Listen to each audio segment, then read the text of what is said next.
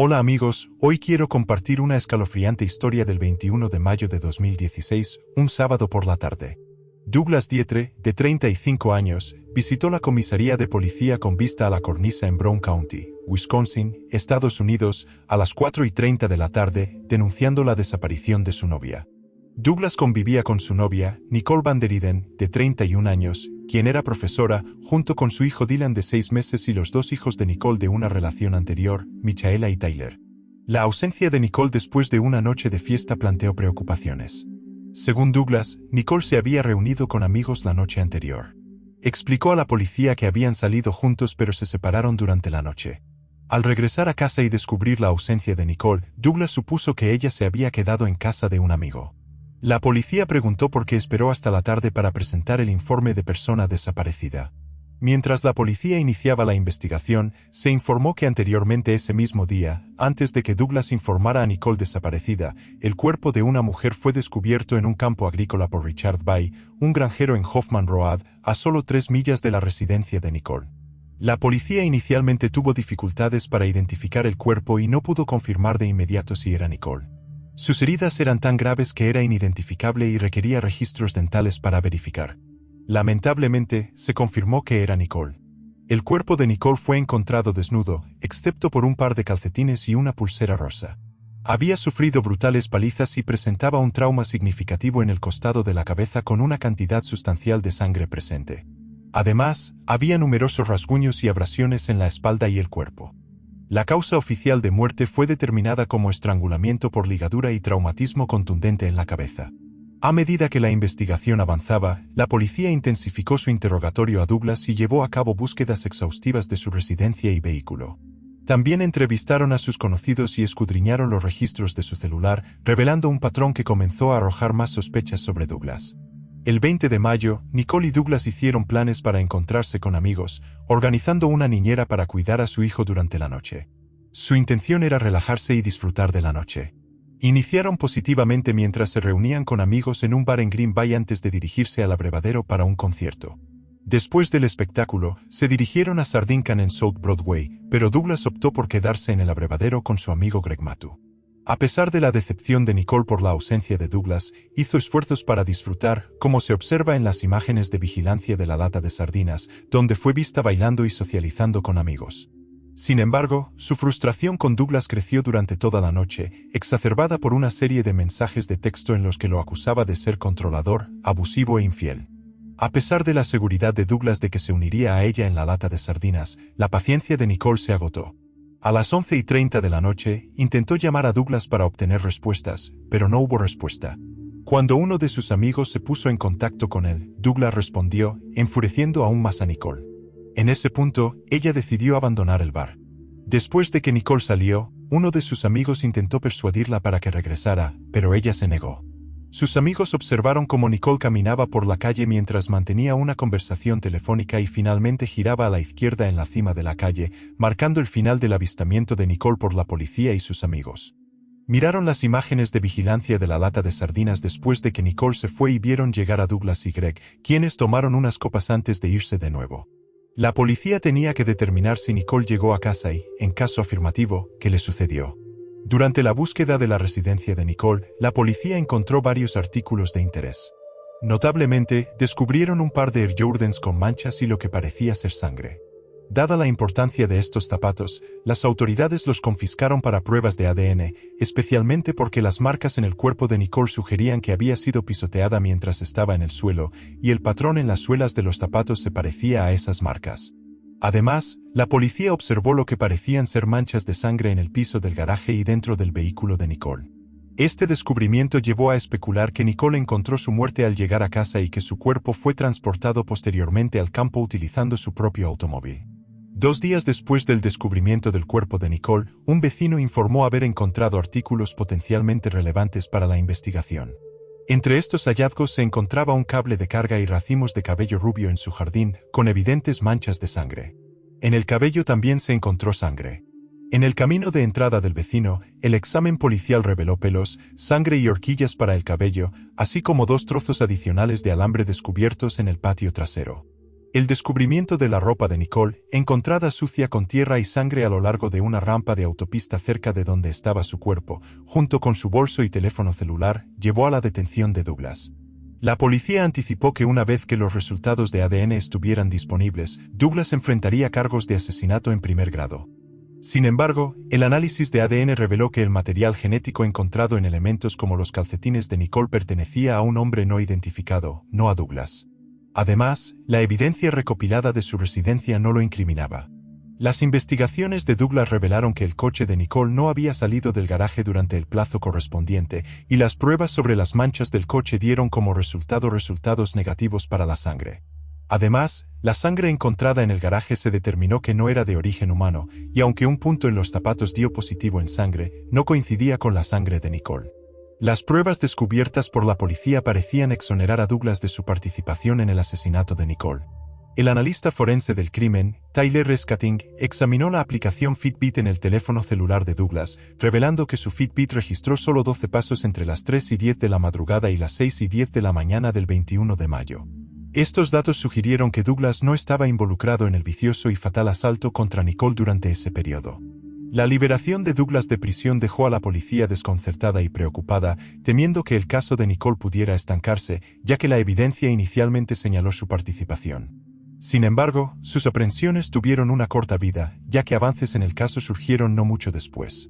3 meses después del descubrimiento del cuerpo de Nicole, el laboratorio criminalístico informó a la policía que habían extraído con éxito suficiente ADN de uno de los calcetines de Nicole para compararlo contra la base de datos nacional. Posteriormente, identificaron una coincidencia: el ADN coincidía con el perfil de un hombre de Virginia llamado George Stephen Burch. La policía descubrió que George se había mudado recientemente a Wisconsin, pero ¿qué conexión tenía? Tengo que realizar una investigación adicional sobre Nicole. Se descubrió que el Departamento de Policía de Green Bay estaba investigando a George por su potencial participación en un incidente no relacionado, que involucraba un vehículo asociado con él. Este vehículo había sido denunciado como robado, encontrado envuelto en llamas e implicado en una carrera oculta el 8 de junio de 2016. George fue interrogado por la policía sobre este asunto, durante el cual negó cualquier participación y afirmó haber estado en un bar la noche del incidente, comprometido en mensajes de texto con una mujer durante toda la noche. A la luz de esto, la policía solicitó su consentimiento para examinar los mensajes de texto en su teléfono. George estuvo de acuerdo y firmó un formulario de consentimiento autorizando al oficial a descargar la información del dispositivo, ya que se consideró más conveniente que capturar imágenes manualmente para documentación posterior.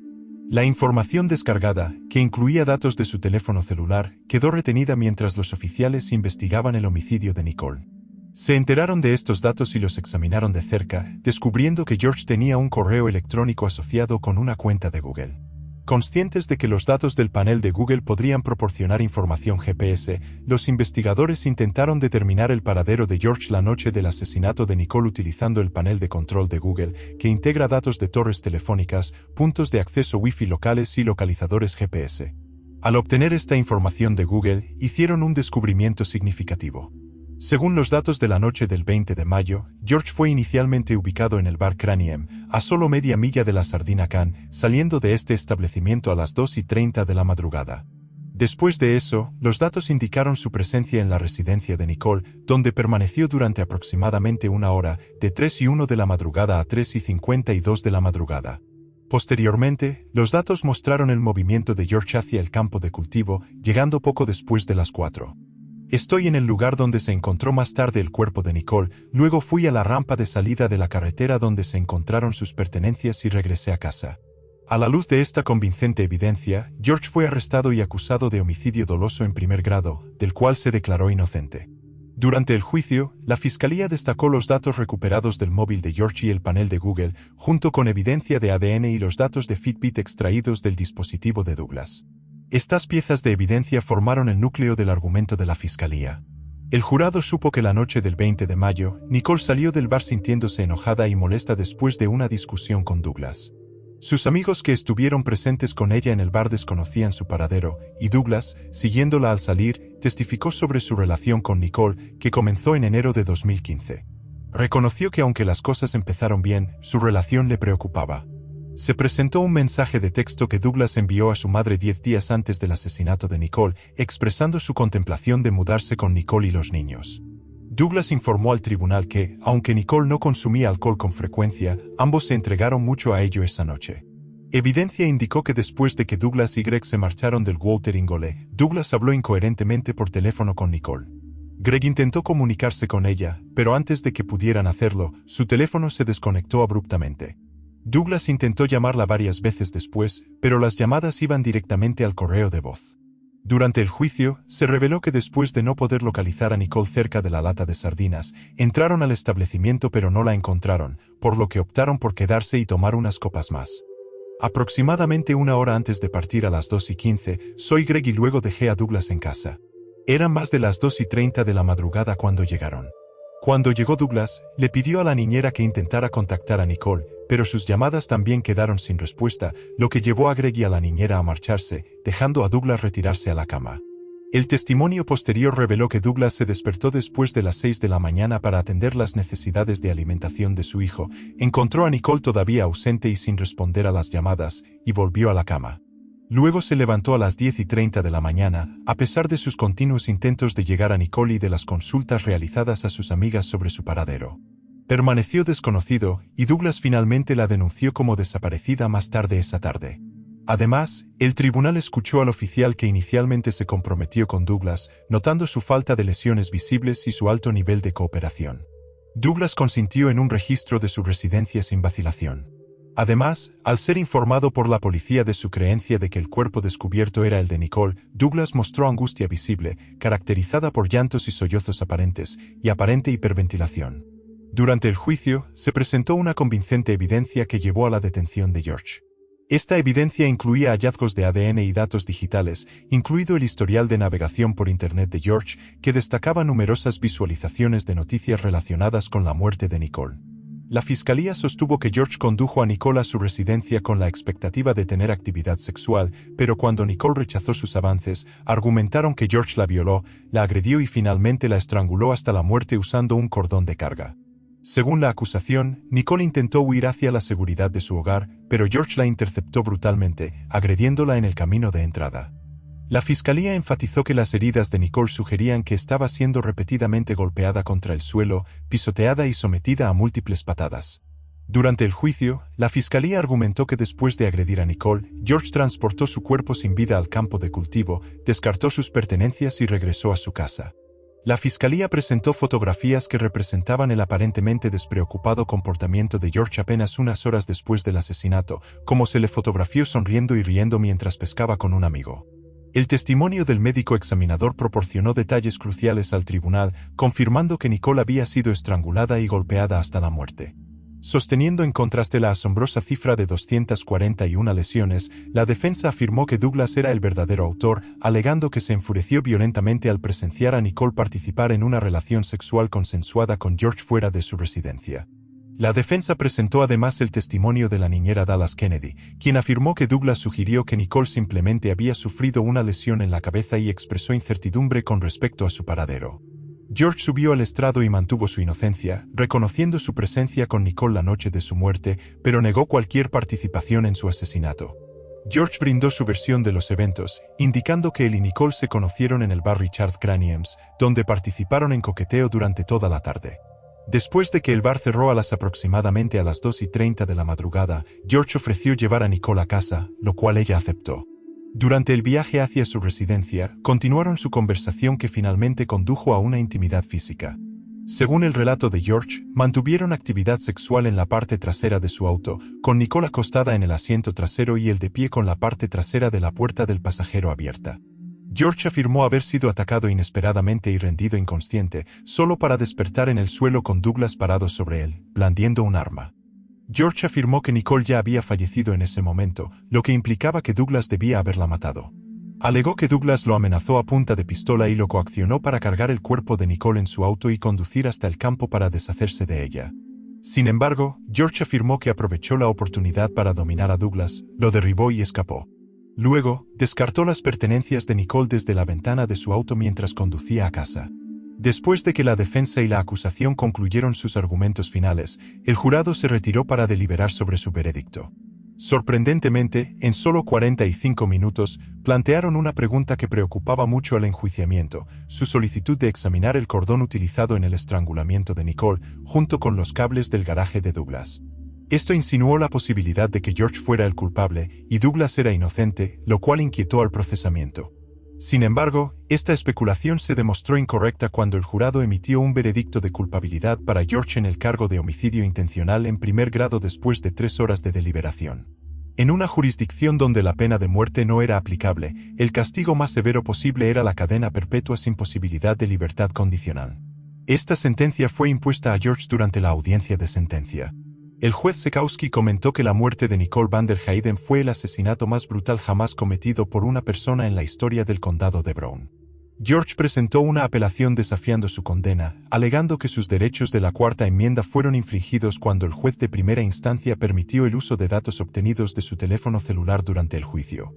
Sostuvo que la extracción inicial de datos superó el consentimiento que otorgó para la retención de los datos, argumentando que el acceso a los datos violó su razonable expectativa de privacidad. George afirmó que consintió en la extracción de sus mensajes de texto únicamente para otro caso y no anticipó su uso en el caso de Nicole. Además, argumentó que la evidencia sobre los datos extraídos del Fitbit de Douglas debería haber sido presentada con testimonio pericial para ayudar a la comprensión del jurado, y su ausencia presentó la evidencia de manera inadecuada y no autenticada. A pesar de estos argumentos, el Tribunal Supremo desestimó la apelación de George y mantuvo su convicción. ¿Qué opinas de la actualidad? Escribe tu opinión sobre este caso en los comentarios.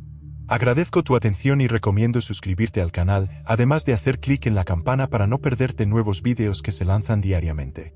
Cuídate y cuídalos a tus seres queridos. Te veré pronto.